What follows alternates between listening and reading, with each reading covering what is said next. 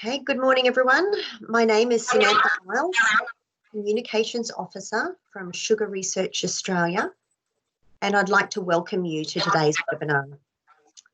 Dr. Mark Harrison from Queensland University of Technology will be presenting on value adding and converting bagasse into animal feed. Please note that today's meeting is being recorded. We encourage you to keep your microphone on mute to keep the background noise to a minimum. I will be assisting as co-host to ensure all runs smoothly.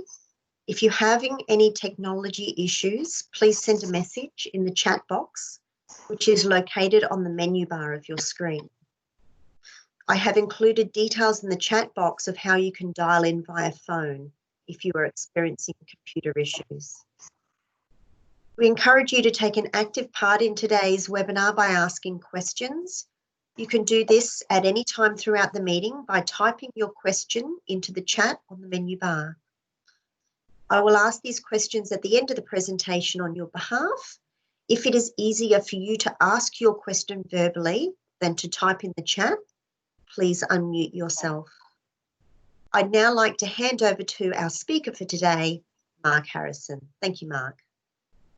Thanks, Samantha, and thank you to SRA for the opportunity to speak to you this morning, and thank you for attending.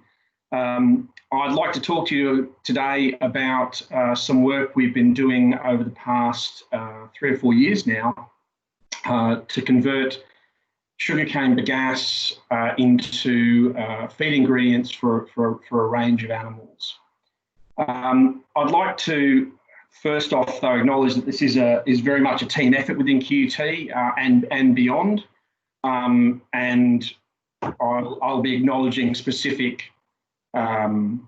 project partners as we go through the project, as we go through the talk. But essentially, you know, this is a very large team of people, and I'm a very large team of people have contributed to this work, and I have to acknowledge them in this presentation. So just an overview of the talk today. As you're aware, the Department of Agriculture, Environment and Water Resources funded a project called the Biorefineries for Profit project, and that project has developed technologies to improve the digestibility of sugarcane bagasse in ruminants, transform bagasse into functional fibre particularly for monogastric animals like pigs and chickens, and also produce syrups from sugarcane bagasse that contain sugars, simple monodisaccharides, and also prebiotic oligosaccharides.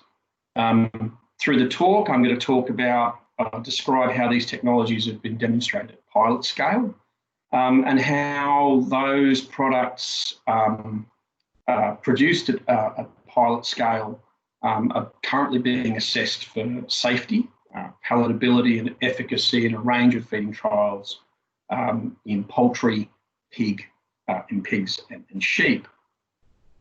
We do have some initial findings from pig and poultry trials that suggest that at least some of these products have commercial potential as additives in livestock feed. And these products may be of potential commercial interest to companies that are looking for new feed ingredients that have good, robust evidence for functionality and nutritional benefits in particular target animal markets. So what's the market for feed ingredients for sugarcane bagasse or from sugarcane bagasse? And I thought what I'd do is just quickly set the scene. Globally, demand for Australian animal products is increasing. We are obviously a net food exporter, a net animal product exporter. And we have the opportunity in Australia to meet that global demand for animal products. But to do that, we have to increase the amount of animal feed, of livestock feed that's available, either out in the paddock or in intensive livestock systems. Now that's a challenge for a whole range of reasons, As everyone on this call knows, input costs, things like electricity, fuel, labour, those costs are increasing.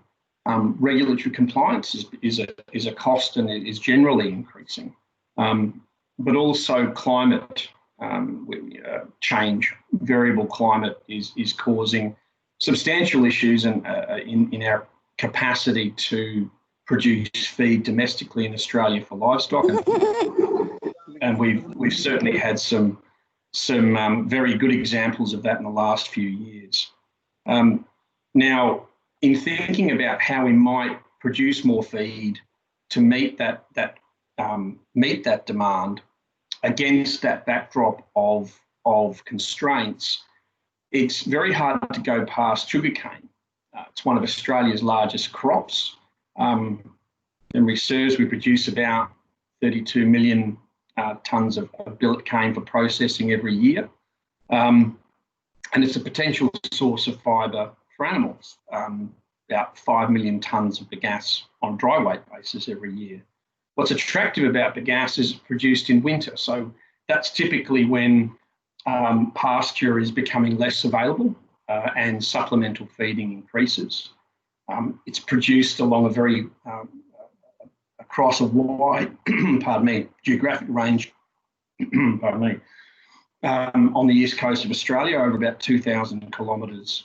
And to put the opportunity for bagasse in some sort of context, in cattle feed, if you were to make a feed for cattle in an intensive feedlot situation, those cattle need to be consuming somewhere between, a very rough guide, 35 to 40% fibre in their diet.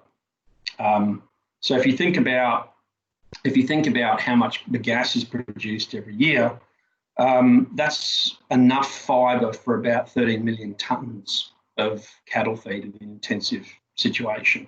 And to put that in context, the Stock Feed Manufacturers Council of Australia, which represents the majority of the compound feed producers who produce feed for all sorts of animals, not just cattle, produce around 5.5 million tonnes of feed per year. So it's a substantial opportunity for the sugar industry to contribute to the livestock feed sector beyond molasses. But there is a challenge in doing that, and we don't typically feed sugarcane bagasse to livestock. So why not? If you look at that table on the slide, you can see that sugarcane bagasse has what we call a neutral detergent fibre content of close to 90% and an acid detergent fibre content of close to somewhere between 50 and 60%. The neutral detergent fibre content in a fodder influences how long it takes for that fibre to degrade in the rumen of the animal. And that means that the fodder that's relatively high in neutral detergent fibre takes a long time to break down, or to break down in the rumen, which means that the animal doesn't eat as much per unit time. The acid detergent fibre content in a fodder very strongly influences how much energy the animal can extract from that fibre. So a fibre that is high in a fodder that is high in neutral detergent fibre, like bagasse, and relatively high in acid detergent fibre, again, like bagasse, will spend a long time in the rumen of a ruminant animal. That animal won't be eating a lot of that material, and it will not be extracting a lot of energy out of it. When you compare, and you can see in the table, when you compare sugarcane bagasse with some of these other high quality fodders, it has a very different NDF and ADF profile. Things like oat and hay, lucerne hay, vetch, really high quality fodders, typically 60% or below neutral detergent fibre and around 30% acid detergent fibre content. So very different to bagasse. Crude protein content is a really key determinant of how nutritionally valuable fibre or fodder is in a ruminant animal system. And bagasse, because it's been through, because it's the stalk of the plant, it's been through a shredder, it's been through a mill train. Sugar mills have done absolutely everything that they can to extract all the solubles out, or as much of the solubles as they can out. The crude protein content that's left in sugarcane gas is around 1% or less, compared to something like lucerne, hay, or vetch, which are around 20% crude protein content. So, and it's often that crude protein content that determines the commercial value of a fodder. So the challenge in feeding sugarcane bagasse to any livestock, ruminant livestock, is relatively high nutrient-detergent fibre content, relatively high acid detergent fibre content, and relatively low crude protein content. So within the project, we wanted to do a direct comparison between sugarcane bagasse and some of these other high quality fodders. So we worked with our partners up at the School of Agriculture and Food Sciences at the University of Queensland Gatton campus, and we looked at the in vitro or in glass rumen fluid fermentation system.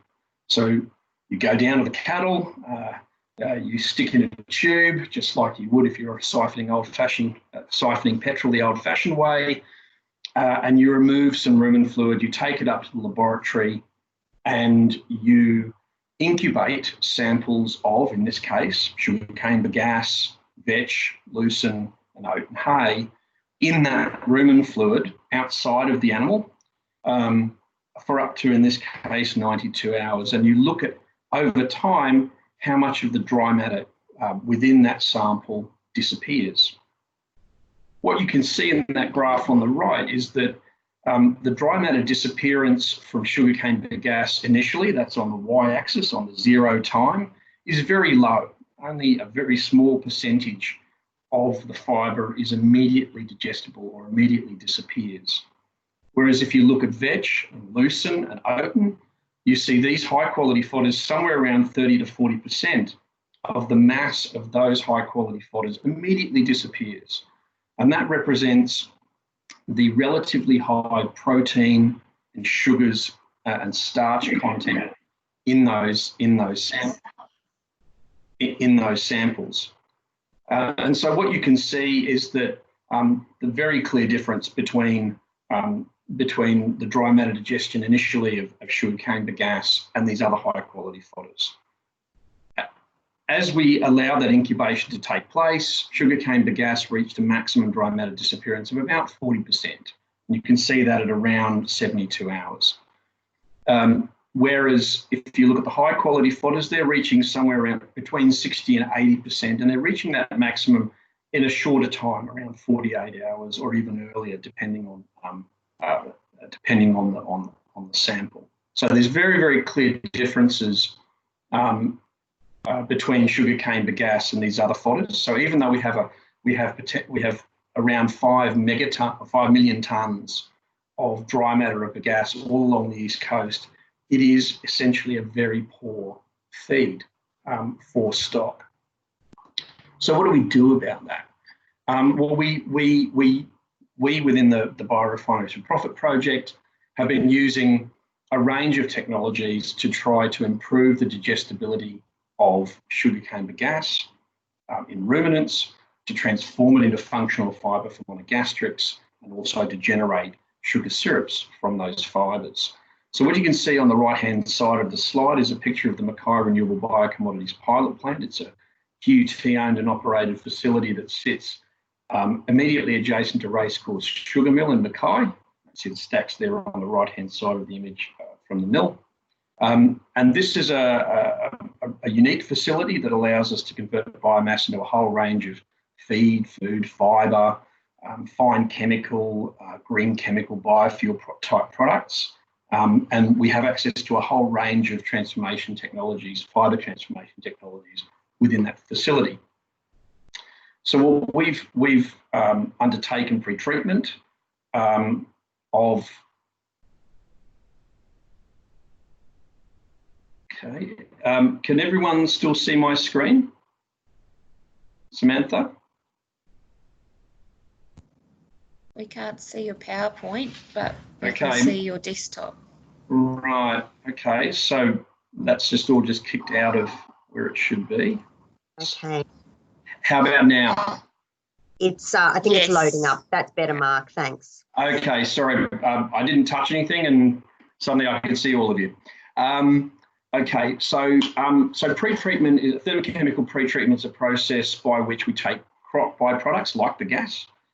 We expose them to elevated temperature in the presence of a whole range of catalysts, co-solvents, etc. And that breaks down the cellulose, hemicellulose, and lignin in the fibre. So it changes, this process changes the structure and chemistry of the gas, and that should allow ruminant microbes more easy access to the cellulose and hemicellulose in the fibre to fuel their growth, because that's what we're trying to do in a ruminant.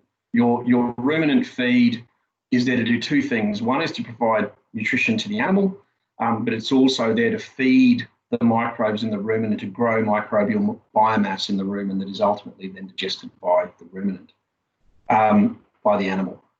So to enhance fibre digestibility in ruminants, we undertook pretreatment of sugarcane bagasse in the Mackay pilot plant.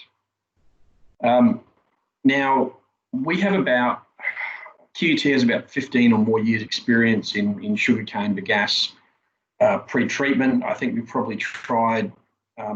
probably investigated just about every chemical, physical, thermochemical or biological pretreatment process that's known.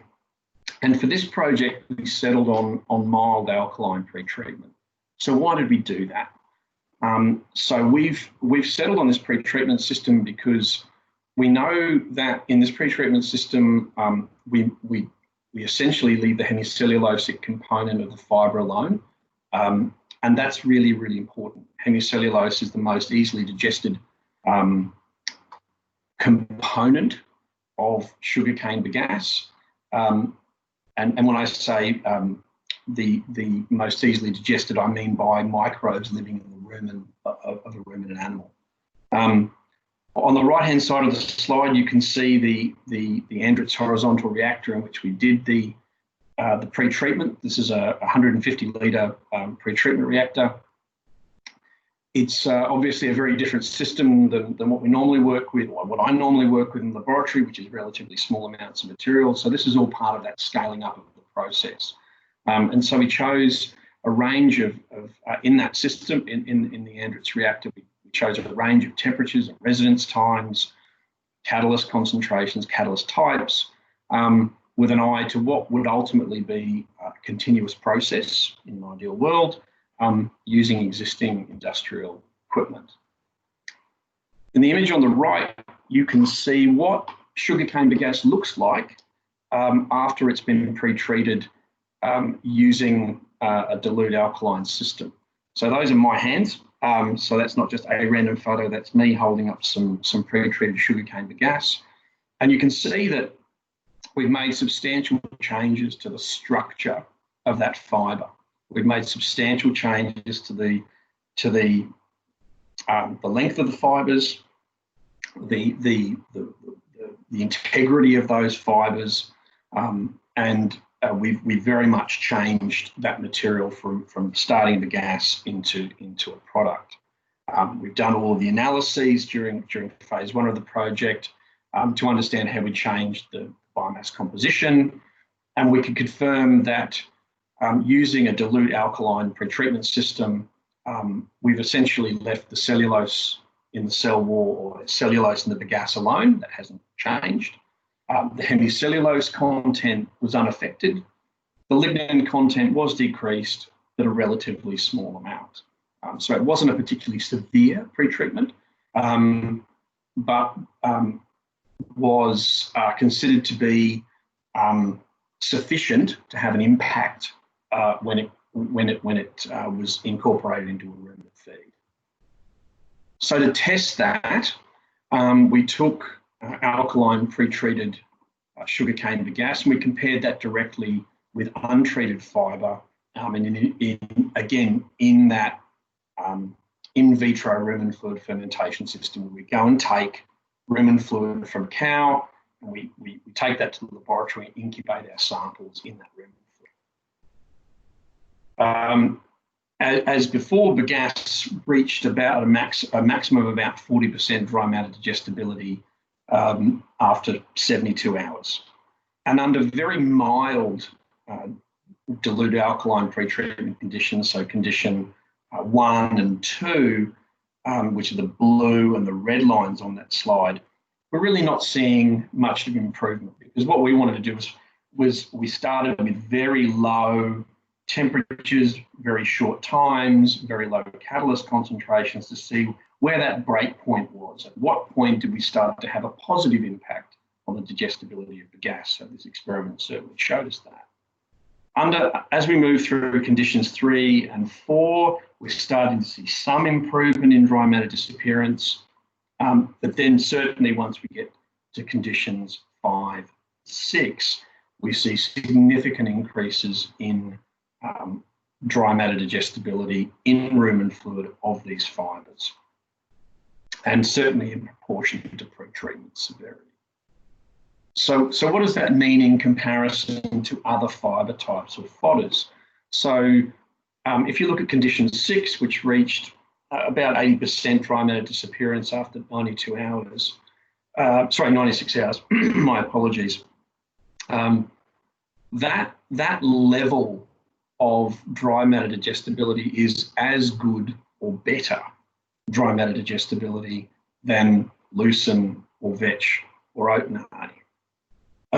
So to sort of sum up that slide, what it's telling us is that through the pretreatment of sugarcane bagasse under relatively mild conditions, with relatively low, relatively simple catalyst, relatively low catalyst loadings, we're able to achieve a dry matter disappearance in rumen fluid in vitro, at least, that is very, very good, and it's in some cases superior to high quality fodders, despite the fact that the initial dry matter content, the initial loss is almost zero. So if you remember back from one of the previous slides, high quality fodders tend to have a dry matter disappearance between 30 and 40% the moment that they hit rumen fluid at T0.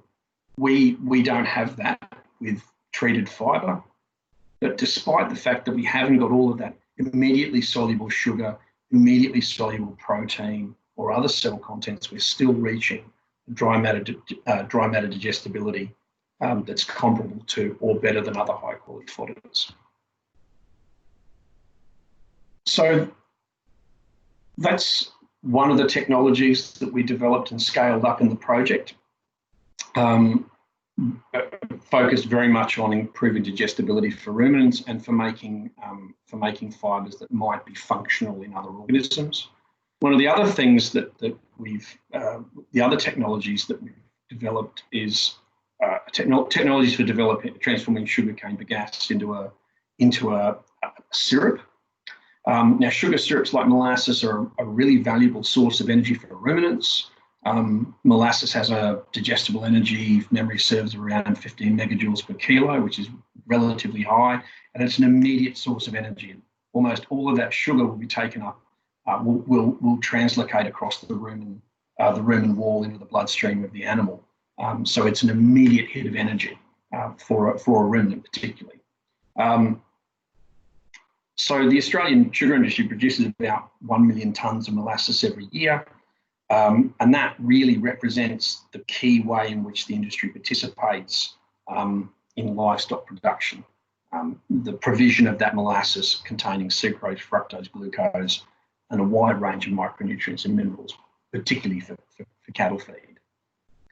But you can take lignocellulosic biomass or crop byproducts like bagasse and other byproducts, and you can extract sugars from them as well.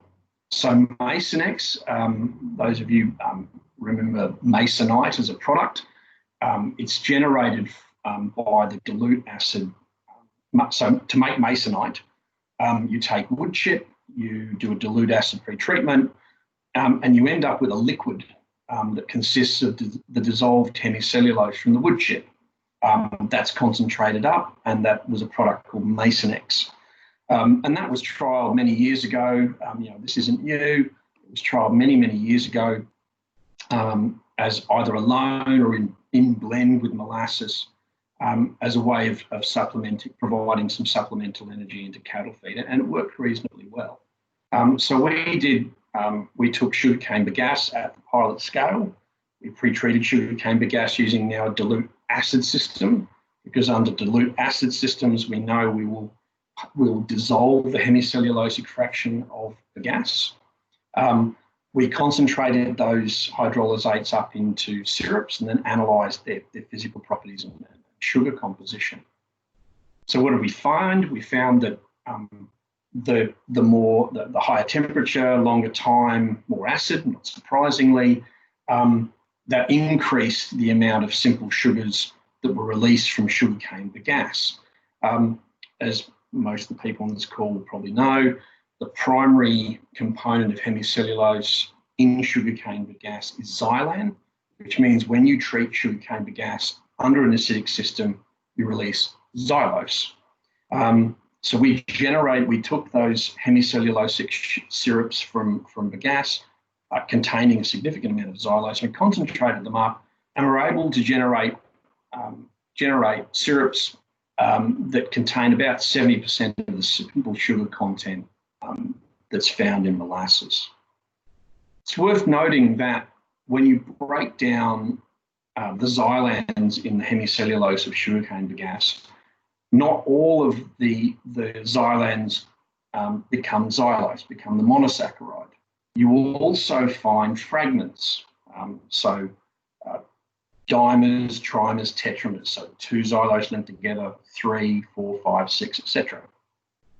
So these are called xylo-oligosaccharides, so polymers of xylose, and they're emerging as a really valuable prebiotic for humans and for animals. So we investigated further, and we had a look at ways in which we could modify the technology to maximise the amount of these prebiotic xylo-oligosaccharides that we produced. And we've shown that we're able to generate sugar syrups from bagasse using dilute acid pretreatment under specific conditions that have about 10% weight volume of prebiotic xylo-oligosaccharides. And what's interesting is when we look at the distribution of the chain length of those xylo-oligosaccharides, which is a really important factor in their prebiotic potential, we see that they typically have a relatively long chain length compared to a number of the commercial products, which tend to have shorter chain lengths. So we think there might be some advantage, at least from a nutritional perspective, in those sugar syrups containing prebiotic xylo-oligosaccharides that we produce from sugarcane gas. So having developed those technologies for improving the digestibility of fibre, producing modified fibres, and also producing sugar syrups, we've scaled up production for animal feeding trials. So we took about 1.5 tonnes of sugarcane bagasse directly off the belt at the back end of number 6 mill at Racecourse at the end of the crush last year. And we sun-dried it to less than 10 weight% moisture. And I'll just play this very short video to give you some idea of the scale, which for us is obviously a very much a departure from what we normally do in the lab, but is a very important stepping stone into the sort of scale we need to be operating at. So this video is the bagasse as it's being dried at the pilot plant. It goes on and on and on around the corner, and you can see our wonderful pilot plant staff there bagging dried bagasse ready for longer term storage.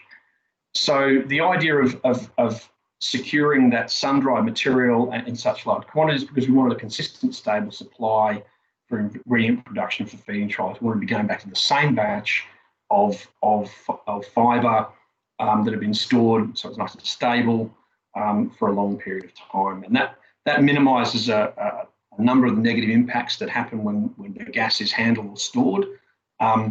We don't necessarily want to be using bagasse that's been stored long-term in a pile for these trials. We don't want the bagasse that's been exposed to too much dust, stones kicked up over it. That's obviously not the best thing to be feeding to an animal.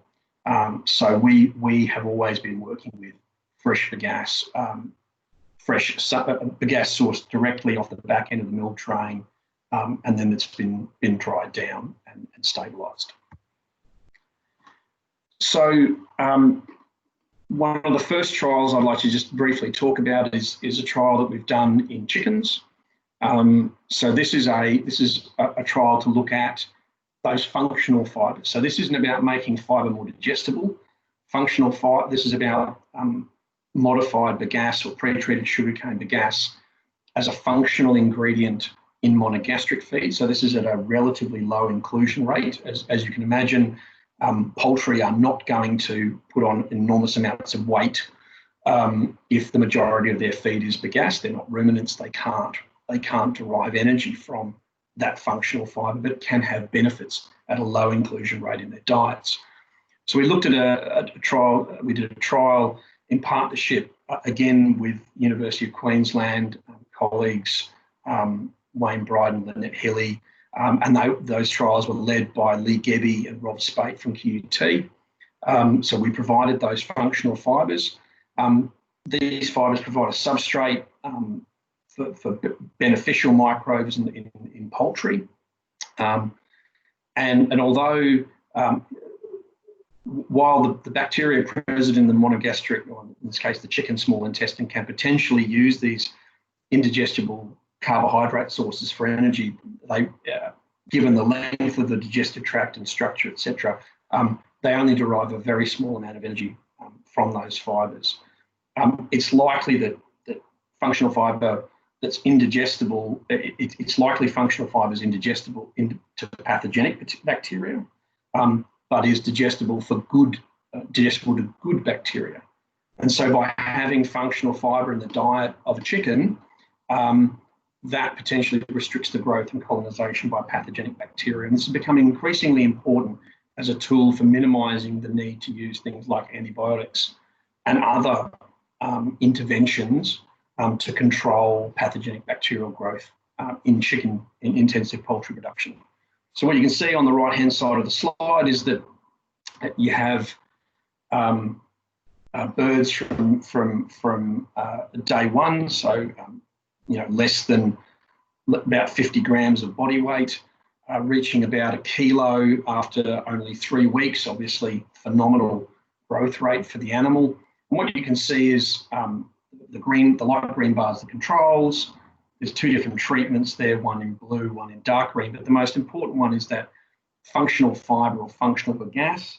And you can see that the addition of that functional fibre hasn't had a negative impact on the animals.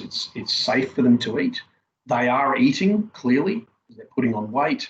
And there may well be a slight improvement in performance in the animals that had functional fibre integrated into their feed. These trials are being repeated with different doses now of functional fibre from bagasse, and we're hoping to have those results very soon.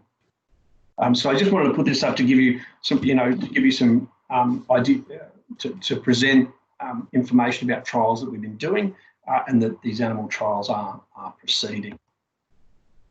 In pigs, we're about to start, I think, next week, our functional fibre in pigs trial, again looking at safety, palatability, and impact of bagasse-derived functional fibres. We do these trials in piglets and post-weaning periods. So these are weaner piglets. Post-weaning, this is the most sensitive period of at least in relation to diet of a pig's life. And so if a feed ingredient is safe and palatable and effective in a weaner piglet, then there is a very, very high likelihood that it is also safe, palatable, and effective at other stages of the animal's life, either the grower finisher stage or perhaps in lactating sows, boars, etc. So we prepared about 150 kilos of untreated sugarcane bagasse and functional fibre remaining after pretreatment.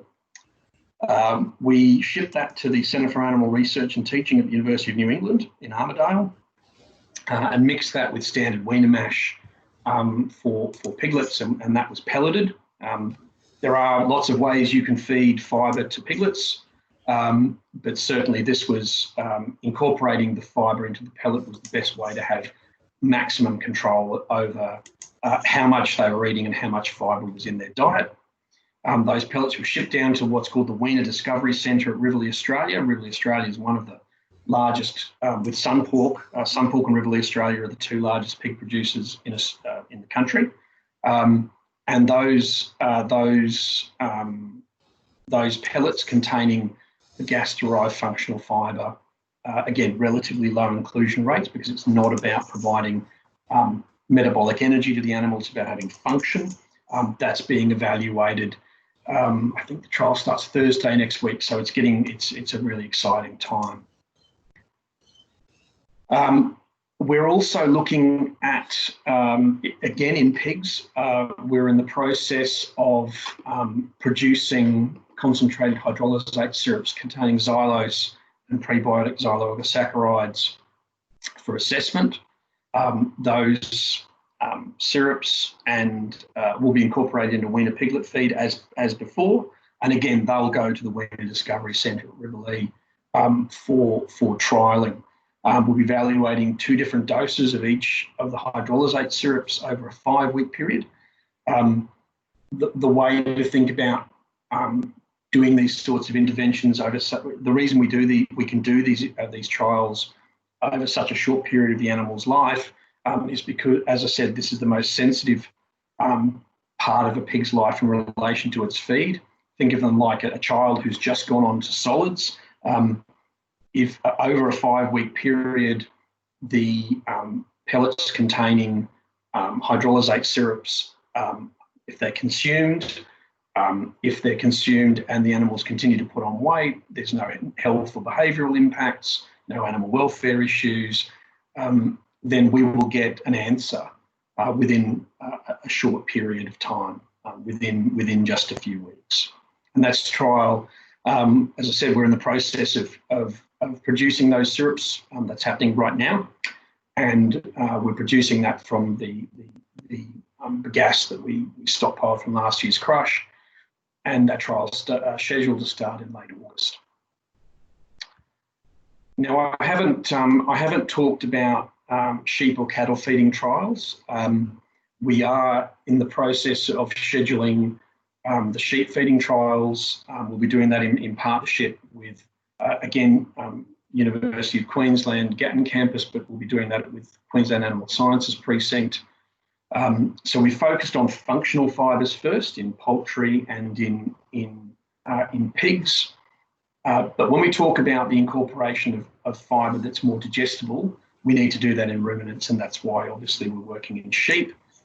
That obviously requires much more material. So we'll be needing to produce somewhere in the order of 1.5 to 3 tonnes of fibre with enhanced digestibility for those trials. So we're spinning up to do that as we speak, and hopefully we'll be undertaking that sheep trial in the 4th quarter of this year.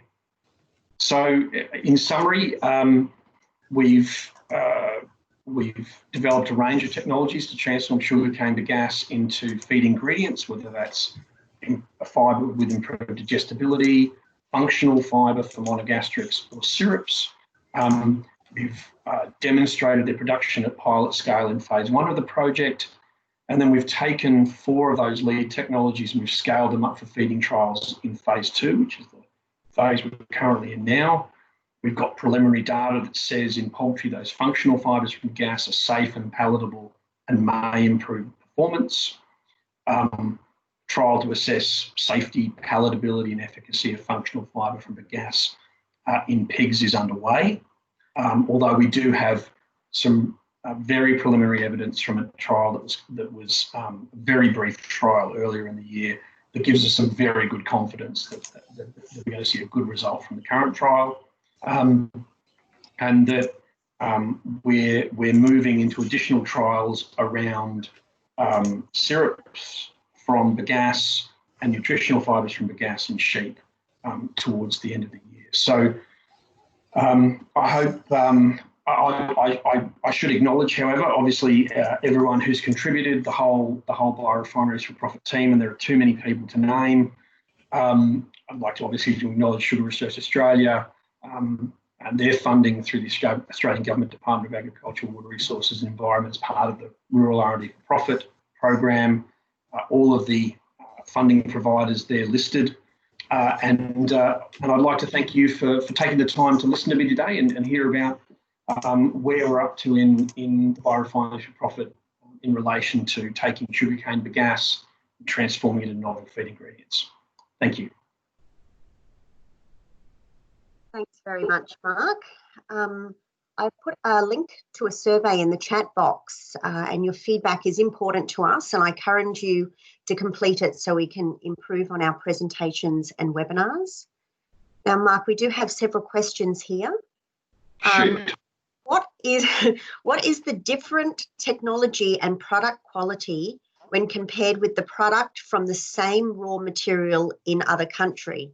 For example, in China, there is animal feed factory from bagasse. Right. So we are aware that other countries are obviously looking at what is a very, very abundant fibrous resource for animal feed. We haven't done a direct comparison with bagasse-based nutritional fibres from other countries as yet. But that is certainly something that we will be doing relatively soon. Okay, our next question. Does the preconditioning cost still make this a viable feed product? So we have a techno-economic model for the production of these fibres. We produced a relatively crude model back at the beginning of the Biorefineries for Profit project, and we've been refining that as we go. As I mentioned, during our pre-treatment experiments, we've always focused where we can on the lowest temperature we can get away with, the lowest concentration of catalyst we can get away with, the lowest residence time that we can get away with to have a process that is more likely to be commercially viable. Can I tell you right now how much it costs per tonne to produce? No, I can't. But we have, as I said, our model suggests that if we, for the modelling that we have done on cost of production and benefit in animal, we think that the model suggests that it can be an economically viable process. But we always have to be striving to minimise temperature, time, catalyst loading, and importantly, to make the equipment as simple as possible. You would have seen that Hastelloy Par 150 litre batch reactor. That is not how you would make this fibre commercially. You would be looking for some sort of probably relatively simple system that gives you a residence time or contact time of about in the order of minutes in a continuous process. So we have kept an eye on trying to keep costs down as much as we can during the technology development. And once we understand the benefit, improved digestion in animal performance, particularly in ruminants, we'll have a much better picture of how viable a business, for example, could be produced or could be established around this technology or these technologies. Thanks, Mark. Protein-wise, what percentage can be expected? No, really good question. So the starting bagasse is around 1% crude protein content. It's very, very low. And there is during the processing that we do, there is no addition of nitrogen into the system. So this fibre is like any other low nitrogen fibre, is always going to have to be fed in combination with a nitrogen source, either an inorganic nitrogen source or even better, a true protein source. So as a product, as a process, we are not adding nitrogen into the system. Okay, thanks, Mark. Are the fibre pellets and the syrups fed together or separately to the pigs and cattle? Okay, good. Another good question. At the moment, in the current trials, we're establishing dose response, or have been establishing dose response for each of the individual components. We have 4 trials scheduled. Trial 4 will be a combination trial, so where we will look at whether there is synergy between the addition of more digestible fibre or functional fibre with now these syrups and putting them together. So we're understanding how they perform individually now, and we have a trial 4 is scheduled for, I think it's January next year. And trial 4 will incorporate functional fibre and syrups containing prebiotic xyloligosaccharides and xylose. Okay, thanks, Mark. What is the percentage of bagasse recovered as functional fibre after the pre-treatment? Okay, I knew someone was going to ask me this. So the pre-treatment system we use is very mild. So for every, memory serves, for every kilo of dry matter that we put into the reactor, and bearing in mind this is not what an industrial process would look like. Industrially, this would be continuous rather than batch. But we're looking at recoveries somewhere around 80%, if memory serves. So we're not in it for the generation of functional or more digestible fibre, because the pre-treatment conditions we've chosen are so mild. Relatively low temperature, relatively low contact time, relatively low catalyst concentration. We're really having only a minimal effect. We're only dissolving a minimal proportion of the fibre. So 80 to 85% if memory serves, but I can certainly follow that up if you'd like. Okay, thanks, Mark. Wondering, has work been done to evaluate what is the commercial viability and value proposition? And if uptake is viable, what is the timeline to upscale to commercial viability? Okay, so that's a complex question, obviously. The economics, as I said, that is being modelled as we speak, effectively, or the model's being refined based on the trial data that we have now. We're certainly in discussions. I think it's fair to say that we are in conversation with a number of commercial feed producers, both here in Australia and elsewhere, to look at what scale of, what is the opportunity for individual functional fibres and nutritional fibres or syrups within different markets, incorporation rates, consistency of requirements for consistency of supply, and then benchmarking the products we're producing against other products in the marketplace. So we're in the process of trying to address some of those key issues that will be sort of signposts along the way to commercial viability. Thanks, Mark. Is there any effluent generated in the process, and what is this as percentage of input fibre? Okay, so as I said, with the nutritional or functional fibres, we dissolve around 5 or 10% of the fibre into a hydrolysate. So in a dilute alkaline system, not surprisingly, we're having as I described, we're having an impact on lignin. So some of that lignin is dissolved into a hydrolysate stream. And yes, absolutely, we will have to find ways to either regenerate our catalyst and deal with that waste. Any biorefinery process like this generates a byproduct stream, and we will have to have technologies in place or systems in place to deal with those effluents, as you put it. What we would prefer to do, obviously, is look at opportunities to add value to some of those residues where we can.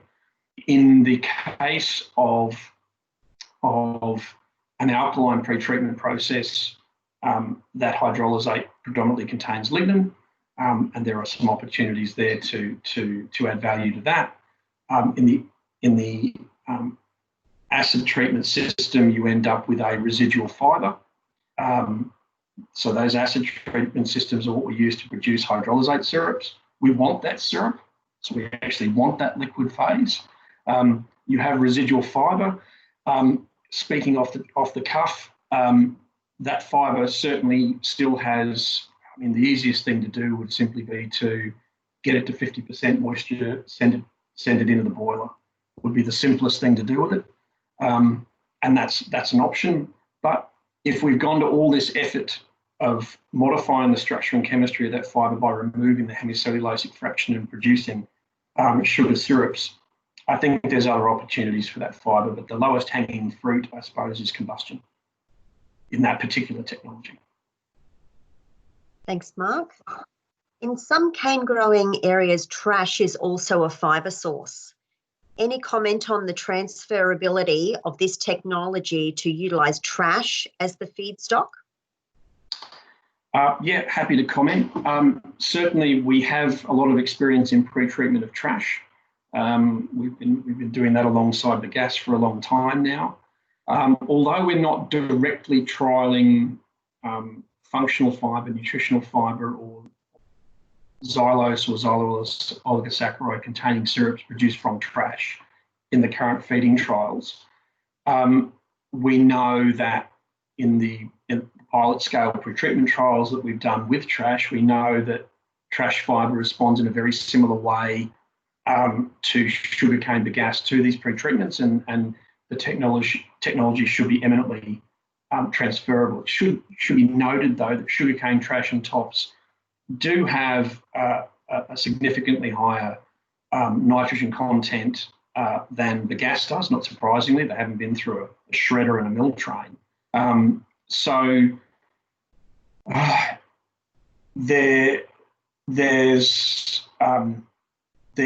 there's some work that needs to be done to understand whether you, for example, by pre-treating, say, trash with a dilute alkaline system and effectively washing away all of that protein, have you actually decreased the nutritional value of that material the average nutritional value of that material, even as you've improved the digestibility of the residual fibre. But certainly the work that we've done over many years now suggests that fibre from trash is eminently amenable to pre-treatment using the same technologies or similar technologies that are used for the gas. Thanks, Mark.